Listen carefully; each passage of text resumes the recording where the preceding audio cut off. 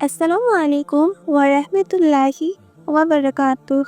আপনি কি কখনো ভেবেছেন কেন এত চেষ্টা করেও রিজিক বাড়ছে না?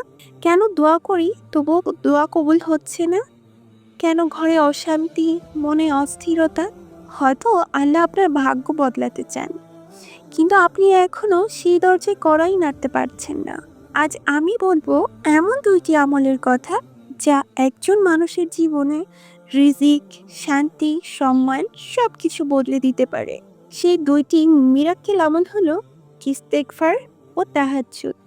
ইস্তেগফারের বিষয়ে কোরআনিক প্রমাণ হচ্ছে আল্লাহ তাআলা নিজে বলেছেন সূরা নূহ আয়াত নম্বর ১০ এবং ১২, যদি তোমরা তোমাদের রবের কাছে ক্ষমা চাও, তিনি আকাশ থেকে বৃষ্টি বর্ষণ করবেন, ধন সম্পদ ও সন্তান বাড়িয়ে দিবেন, তোমাদের প্রত্যেকটা চাওয়া পাওয়াকে পূর্ণ করে দিবেন, তোমাদের প্রত্যেকটা বিপদ থেকে, মুসিবত থেকে হেফাজত করবেন। এই আয়াতে আল্লাহ তাআলা সরাসরি রিজিক, সন্তান, বরকত সব কিছুর সাথে ইস্তেগফারকে যুক্ত করেছেন। একটি ছোট্ট বাস্তবতা তুলে ধরি। আমরা গুনাহ করি, চোখের গুনাহ, কানের গুনাহ, মনের গুনাহ। তারপর বলি, কেন আমার ভাগ্য খুলছে না? গুনাহ হলো ভাগ্য বন্ধ করে দেয়, আর ইস্তেগফার সেই তালা খুলে দেয় যেটি অকল্পনীয়। তাহলে একটি ছোট্ট বাস্তব গল্প তুলে ধরি। একজন ব্যক্তি এক আলেমের কাছে এসে বললেন, আমার ঘরে অভাব, সন্তান নেই, জমিগুলো শুকিয়ে যাচ্ছে। আলেম সাহেব বললেন, তাহলে আপনি বেশি বেশি ইস্তেগফার করুন। অন্যজন বলল, আমার যে বৃষ্টি হচ্ছে না। আলেম সাহেব আবার বললেন, বেশি বেশি ইস্তেগফার করুন।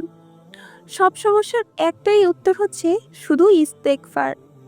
কারণ ইস্তেগফার শুধু গুনাহ মাফ করে না, ভাগ্যের গতিপথ বদলে দেয়। আপনি যত বেশি ইস্তেগফার করবেন, তত বেশি আল্লাহ আপনার কষ্ট মুছে দিবেন। ইস্তেগফার মানে শুধু মুখের শব্দ নয়, হৃদয়ের কান্না। যে বেশি ইস্তেগফার করে সে কখনো নিঃস্ব থাকে না। তাহলে এবার প্রশ্ন আসে, আমি দিনে কতবার ইস্তেগফার করব? সংখ্যার চেয়ে গুরুত্বপূর্ণ নিয়মিততা। কারণ হচ্ছে, আপনি একদিন ডোজ খেলেন, অন্যদিন খেলেন না, সেই ওষুধ কিন্তু আপনার কাজ করবে না। আপনি অল্প হলেও দৈনিক করবেন, কিন্তু কখনো ছাড়া যাবে না। প্রতিদিন অন্তত ১০০ বার দিয়ে শুরু করুন। তারপর আস্তে আস্তে দেখবেন এই ইস্তেগফারের সাথে আপনার ভালোবাসা বেড়ে যাচ্ছে। তখন আস্তে আস্তে ৩০০, ৫০০, হাঁটতে হাঁটতে, কাজ করতে করতে, রান্না করতে করতে, প্রতিটি সময়ে আপনার জবানে ইস্তেগফারকে সঙ্গী হিসাবে রাখার চেষ্টা করুন।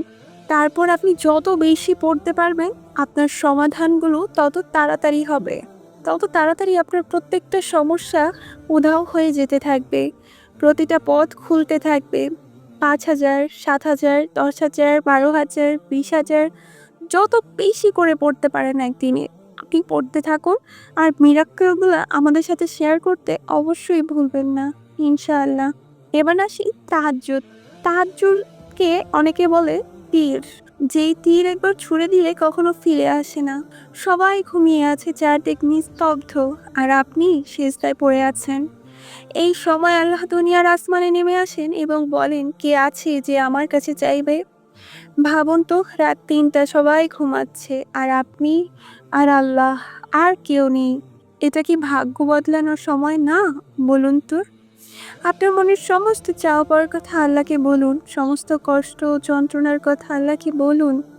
বলতে না পারলেও সিজদায় গিয়ে কাঁদতে থাকুন, কারণ আল্লাহ তাআলা সব বুঝে নেবেন। আচ্ছা, কেন তাহাজ্জুদ ভাগ্য বদলায় বলো তো?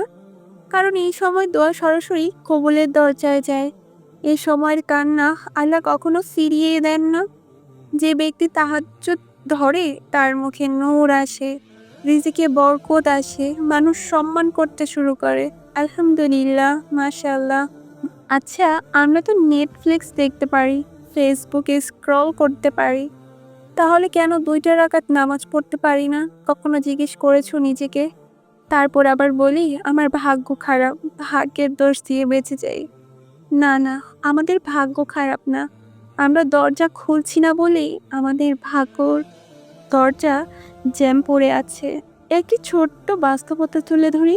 একজন মা রাতের অন্ধকারে সিজদায় কাঁদছে, ইয়া আল্লাহ, আমার সন্তানের ভবিষ্যৎ সুন্দর করে দিন। বছর পরে সেই সন্তান সফল হয়েছে, লোকেরা বলে ওর ভাগ্যটা খুবই ভালো, কিন্তু কেউ জানে না ওর মায়ের তাহাজ্জুদ ছিল ওর ভাগ্য খোলার আসল কারণ। ইস্তেগফার ও তাহাজ্জুদ আমলের মিল কি জানো? ইস্তেগফার হচ্ছে গুনাহ মুছে দেয়, আর তাহাজ্জুদ হচ্ছে দোয়া কবুল করায়। একটি পরিষ্কার করে, আরেকটি হচ্ছে ভরে দেয়, ভরপুর করে দেয়। একটি তালা খুলে আর আরেকটি ভান্ডার খুলে। যদি তুমি সত্যি নিজের হাতে ভাগ্য বদলাতে চাও, এই দুইটি আমল আজ থেকেই শুরু করো। আজ থেকেই শুরু করো প্রতিদিন সর্বনিম্নত ৭০ থেকে ১০০ বার ইস্তেগফার। আর যত অধিক পড়তে পারো, ৫,০০০, ৭,০০০, ১০,০০০, ১২,০০০, ২০,০০০, কোনো বাধ্যতামূলক নেই। যত বেশি পড়বে তত দ্রুত ফলাফল পাবে। সপ্তাহে অন্তত ৩ দিন তাহাজ্জুদ পড়ো, অন্তত। না পারলে ২ দিন পড়ো, তাও যদি সম্ভব না হয় ১ দিন পড়ো। কিন্তু অনুরোধ থাকবে, এই রমজান মাসে তাহাজ্জুদটা মিস করো না। দোয়ার লিস্ট বানাও, গুনাহ থেকে দূরে থাকার চেষ্টা করো। ৭ দিন পর নিজেই পরিবর্তন টের পেয়ে যাবে। হয়তো আপনি অনেক চেষ্টা করেছেন, হয়তো মানুষ আপনাকে অনেক অপমান করেছে, হয়তো জীবন থেমে গেছে, কিন্তু মনে রাখবেন, ভাগ্য মানুষকে লেখে না, ভাগ্য লেখেন আল্লাহ। আর আল্লাহর কাছে যাওয়ার দরজা হচ্ছে ইস্তেগফার ও তাহাজ্জুদ। আজ রাতেই শুরু করবেন, কিন্তু হয়তো আপনার আগামীকাল বদলে যাবে। আসসালামু আলাইকুম ওয়া রাহমাতুল্লাহি ওয়া বারাকাতুহু। আজকের মতো এখানেই সমাপ্ত।